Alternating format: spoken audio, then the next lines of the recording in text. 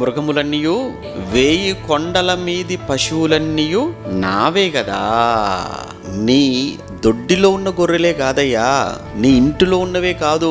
ఇంకేమన్నాడు ఆయన?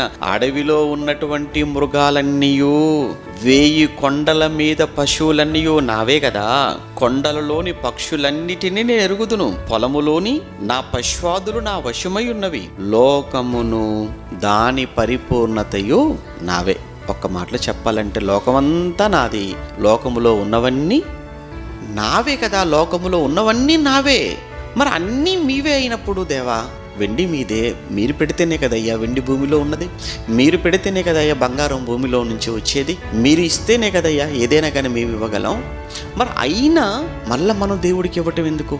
అయినా మళ్ళా మనం దేవుడికి ఎందుకు ఇవ్వాలి అనే ప్రశ్నకు సమాధానం ఏంటంటే, నీకు కృతజ్ఞత అనేది ఉందో లేదో, ఆయన మీద మనకున్న ప్రేమ ఏంటి?